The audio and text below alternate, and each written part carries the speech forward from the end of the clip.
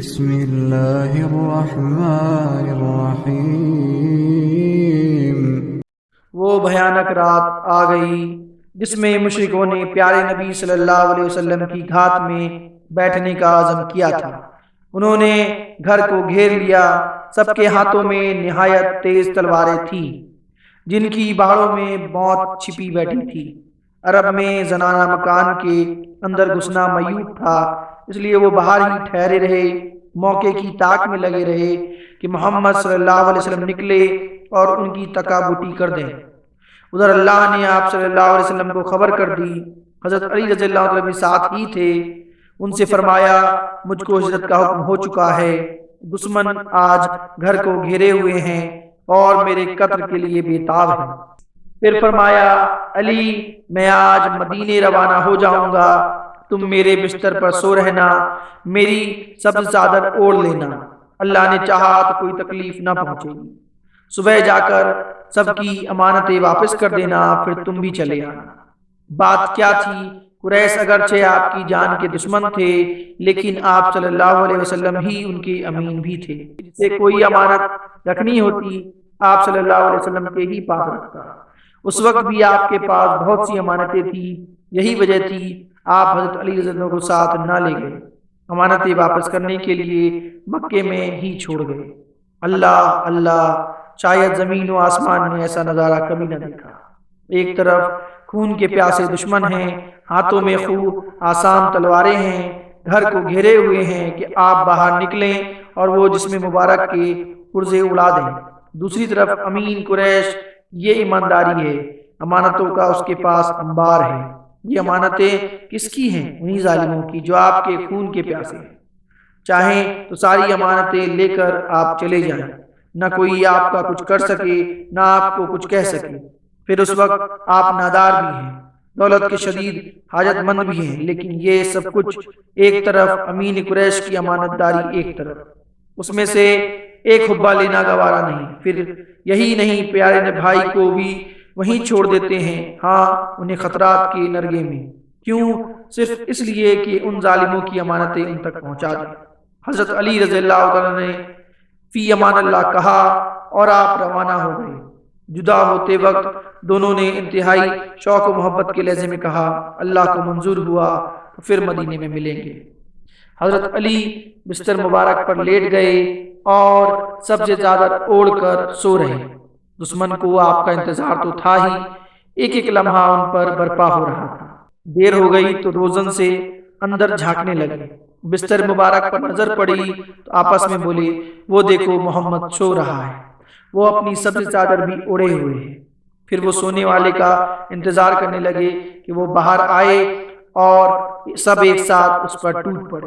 اس سے پہلے یہ ہوا کہ کچھ رات گزر گئی تو آپ نے ایک مٹھی دھول لی، سورہ یاسین کی ابتدائی آیتیں پڑھی اور دھول اڑاتے ہوئے باہر آ گئے۔ اس دھول سے جیسے قریش کچھ دیر کے لیے اندھے ہو گئے، وہ آپ کو دیکھ نہ سکے۔ آپ پروگرام کے مطابق ابو بکر کے گھر آ گئے۔ اس سے 2-3 دن پہلے بھی آپ ابو بکر کے گھر گئے تھے۔ دوپہر کا وقت تھا، دروازے پر دستک دی۔ حضرت ابو بکر باہر آئے، نظر پڑتے ہی بے ساختہ بولے، ضرور کوئی بات ہے کہ حضرت نے اس وقت زحمت فرمائی۔ اجازت کے بعد آپ گھر کے اندر تشریف لے گئے۔ فرمایا، یہاں کون لوگ ہیں؟ ذرا دیر کے لیے انہیں ہٹا دو، کچھ مشورہ کرنا ہے۔ حضرت ابو بکر نے کہا، اللہ کے رسول، یہاں آپ کی حرم کے سوا اور کوئی نہیں۔ عائشہ سے شادی ہو چکی تھی۔ فرمایا، ہجرت کی اجازت آ گئی ہے، مکے سے اب ہمیں بھی چلنا ہے۔ حضرت ابو بکر نے کہا، میرے ماں باپ آپ پر فدا، کیا مجھ کو بھی رفاقت کا شرف حاصل ہوگا؟ کیا سفر میں بھی آپ کے ساتھ رہوں گا؟ فرمایا، ہاں تم کو بھی چلنا ہے، تیار ہو جاؤ، ہم دونوں ساتھ چلیں گے۔ یہ سننا تھا کہ ان کی آنکھوں میں خوشی کے آنسو تیرنے لگے۔ عرض کیا، اللہ کے رسول، میں نے کچھ سامان تیار کیا ہے جو جہاد میں کام آئے گا۔ سفر کے لیے 2 اونٹنیاں بھی تیار کر لی ہیں، عبداللہ بن ارکت سے بھی بات کر لی ہے، سفر میں اس سے سہولت رہے۔ فرمایا، ابھی اونٹنیوں کی ضرورت نہیں، پہلے تو ہم جنوب کا رخ کریں گے، جبل سور کے ایک غار میں کچھ دن ٹھہریں گے۔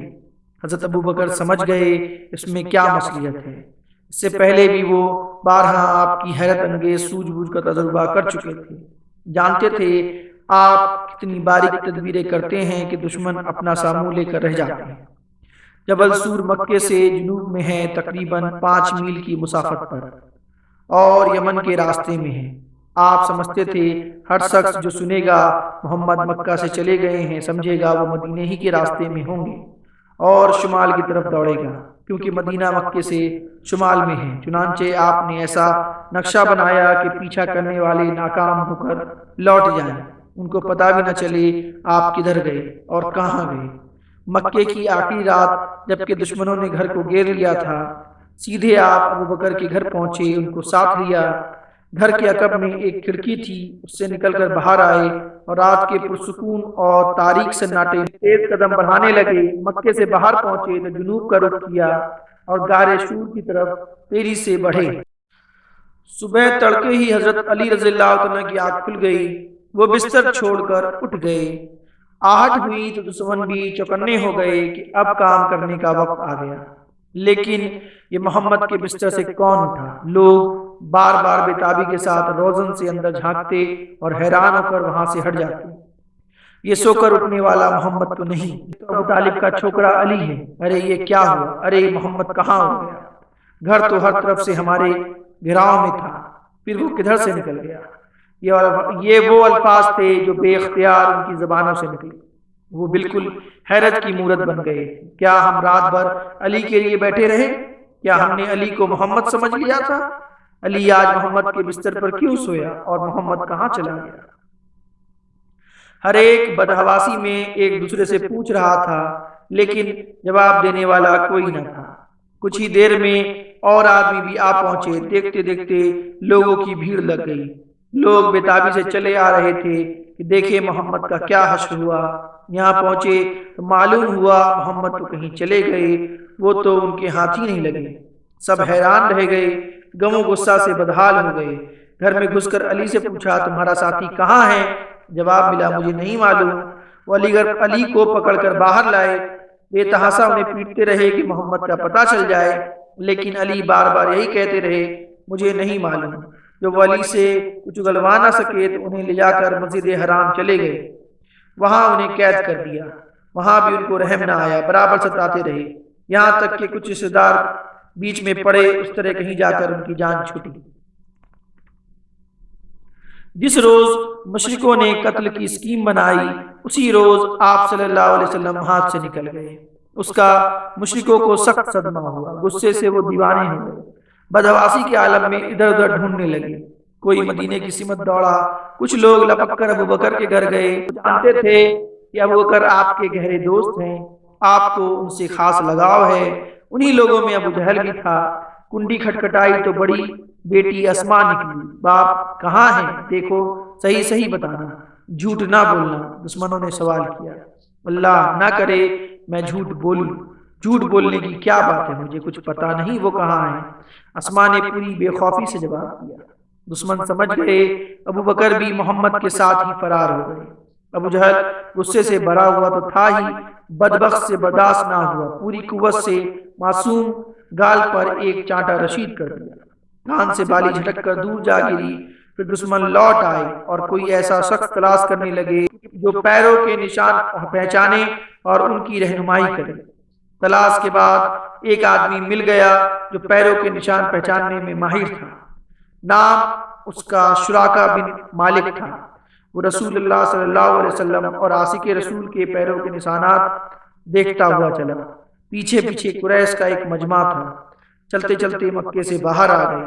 اب سراقہ نے جنوب کا رخ کیا اور کوہ شور کی طرف بڑھا۔ لوگ سخت حیران تھے، ہر ایک تعجب سے کہہ رہا تھا آخر محمد کدھر گیا، جنوب کی طرف یا شمال کی طرف؟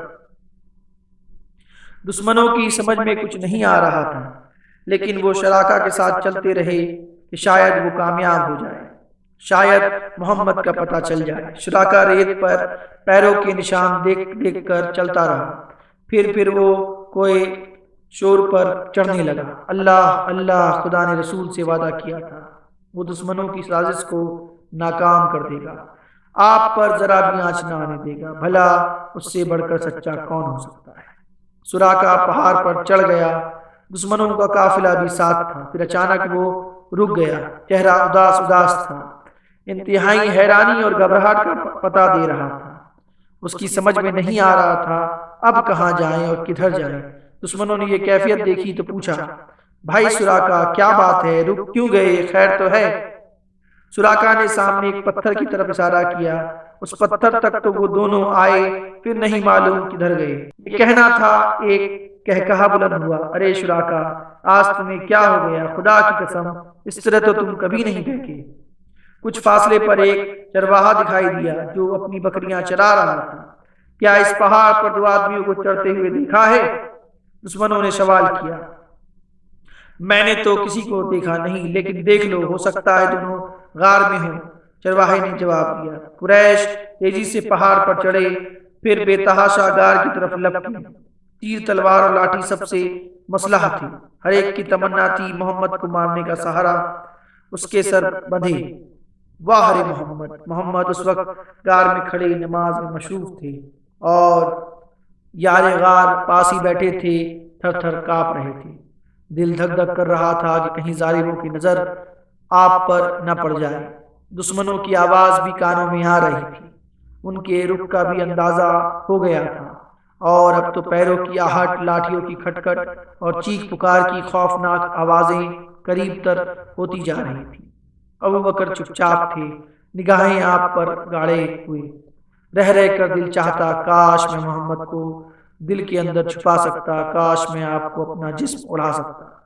پیارے نبی نماز سے فارغ ہو گئے، حضور کی جان خطرے میں دیکھ کر ابو بکر خوف و گھبراہٹ سے بدحال تھے، چہرہ اترا ہوا تھا، دل بیٹھا جا رہا تھا۔ آپ سب بھاگ گئے، فوراً دھاڑس بندھائی، گھبراؤ نہیں، اللہ ہمارے ساتھ ہے، لا تحزن ان اللہ معنا۔ قریش کا ایک آدمی تیزی سے غار کی طرف بڑھا، ابھی کچھ ہی دور تھا کہ اچانک رک گیا، پھر الٹے پاؤں لوٹ پڑا۔ حسرت و افسوس سے چہرہ زرد تھا، یاس وہ نا امیدی میں غرق تھا۔ اس کے ساتھی بھی پیچھے پیچھے تیزی سے بڑھ رہے تھے، اس کو دیکھ کر وہ بھی رک گئے۔ کیا بات ہوئی، غار میں جھانکے بغیر کیوں لوٹ پڑے؟ ساتھیوں نے سوال کیا۔ اس نے کہا، اور مایوسی سے اس کا دل ڈوبا جا رہا تھا، ابھی محمد پیدا بھی نہ ہوا تھا، اس وقت سے اس پر مکڑی کا ڈیڑا ہے، غار کے منہ پر 2 جنگلی کبوتروں کا گھونسلہ بھی ہے، راستے ہی میں درخت بھی کھڑا ہے، اس سے مجھے اندازہ ہو گیا ہے کہ اس کے اندر کوئی نہیں ہو سکتا۔ یہ آواز ابو بکر نے بھی سنی، سمجھ گئے اللہ اپنے رسول کو بچانا چاہتا ہے، اسی کے یہ سارے انتظامات ہیں۔ دشمن غار کے منہ تک پہنچ گئے تھے، وہیں ادھر ادھر ٹہل رہے تھے۔ ابو بکر ان کے پیروں کو دیکھ رہے تھے، لیکن خدا کا کرنا کسی نے جھانک کر غار کے اندر نہ دیکھا۔ ابو بکر نے آپ کے کان میں آہستہ سے کہا، ان میں سے کسی کی اپنے پاؤں پر نظر پڑ جائے تو ہم کو دیکھ لیں۔ ابو بکر، ان 2 کے بارے میں تمہارا کیا خیال ہے جن کا تیسرا اللہ؟ آپ نے ابو بکر کی دھاڑس بندھائی۔ پھر دشمن غار کے پاس سے چلے گئے۔ اب وہ پہاڑ سے نیچے اترنے لگے کہ جا کر دوسری جگہ بھی دیکھیں۔ اتنی دوڑ دھوپ اور تلاش و جستجو کے باوجود ناکامی ہوئی، پھر بھی ان کے حوصلے پست نہ ہوئے۔ وہ ویسے ہی دوڑ دھوپ میں لگے ہوئے، کیونکہ قریش نے اعلان کیا کہ وہ محمد کو پکڑ کر لائے گا، 100 اونٹ انعام پائے گا۔ ہر ایک چاہتا تھا یہ 100 اونٹ اسی کو ملے۔ اس لالچ کے پیچھے وہ دیوانے تھے، کیسی تکان اور کیسی زحمت، سب سے وہ بیگانہ تھے۔ پیارے نبی اور حضرت ابو بکر 3 دن اسی غار میں ٹھہرے رہے۔ ابو بکر کے بیٹے عبداللہ دن بھر پتہ لگاتے قریش کیا مشورہ کر رہے ہیں، کیا منصوبے بنا رہے ہیں۔ جو کچھ خبر ملتی رات کو آ کر سنا جاتی، ساتھ میں ان کی بہن اسماء بھی ہوتی، یہ گھر سے کھانا پکا کر لاتی۔ کچھ رات گئے اور ابو بکر کا غلام عامر بن فہرہ بکریاں چرا کر لے آتا۔ آپ اور حضرت ابو بکر ان کا دودھ پی لیتے، پھر تینوں مکہ واپس چلے جاتے۔ عبداللہ اور ان کی بہن آگے آگے ہوتی، عامر بن فہرہ اور اس کی بکریاں پیچھے پیچھے، تاکہ ان دونوں کے پیروں کے نشانات مٹتے جائیں۔ اس طرح 3 دن گزر گئے۔ پیارے نبی اور ابو بکر کی تلاش اب رک گئی۔ جو لوگ آپ کو ڈھونڈنے نکلے تھے مایوس ہو کر گھروں کو لوٹ آئے۔ انہوں نے سوچا اب تو سفر کا بیشتر حصہ طے ہو چکا ہوگا، اب تو محمد نہ جانے کہاں پہنچ گیا ہوگا۔ اب پیچھا کرنا فضول ہے۔ عبداللہ روزانہ پیارے نبی اور پیارے باپ کو قریش کی ساری خبریں سنایا ہی کرتے تھے، قریش کی مایوسی کا بھی حال سنایا۔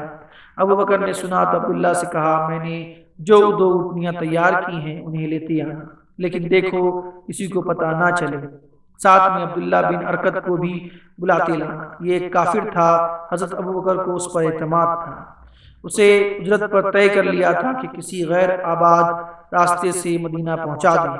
شام ہوتے ہی عبداللہ غار سور کے لیے روانہ ہو گئے، ساتھ میں ان کی بہن اسما تھی اور ان کا غلام عامر بن فہرہ بھی تھا۔ پیچھے پیچھے عبداللہ بن ارکت بھی تھا جو حضرت ابو بکر کی 2 اونٹنیاں اور اپنی 1 اونٹنی لے کر آ رہا تھا۔ کچھ دیر میں یہ لوگ اونٹنیوں کے ساتھ غار پر پہنچے، دونوں میں جو زیادہ اچھی تھی اسے ابو بکر نے آپ کو پیش کیا، عرض کیا، اللہ کے رسول اس پر آپ سواری فرمائیں۔ محسن عالم صلی اللہ علیہ وسلم کو کسی کا احسان لینا کب گوارا تھا، فرمایا اس اونٹنی کی قیمت لے لو۔ عرض کیا، یہ اونٹنی آپ کی ہی ہے، اے اللہ کے رسول میرے ماں باپ آپ پر فدا ہوں۔ فرمایا ایسے نہیں، جتنے میں خریدی ہے اتنی ہی قیمت پر۔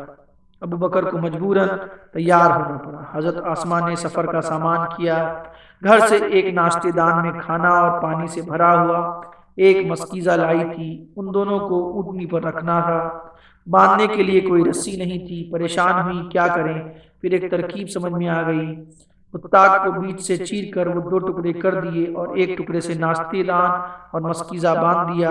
یہی وجہ ہے ذات النطاقین 2 نطاقوں والی کے لقب سے مشہور ہوئی۔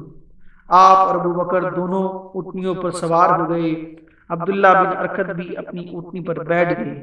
ابو بکر نے پیچھے غلام کو بھی بیٹھا لیا کہ راستے میں کوئی ضرورت پیش آئے تو زحمت نہ ہو۔ پھر یہ قافلہ عبداللہ بن ارکت کی رہنمائی میں روانہ ہو گیا اور بحر احمر کے کنارے کنارے ساحلی راستے سے ہوتا ہوا چلا جو بالکل سنسان اور غیر آباد تھا۔ If you enjoy the video, please like the video, share with friends, and don't forget to subscribe and hit the bell icon.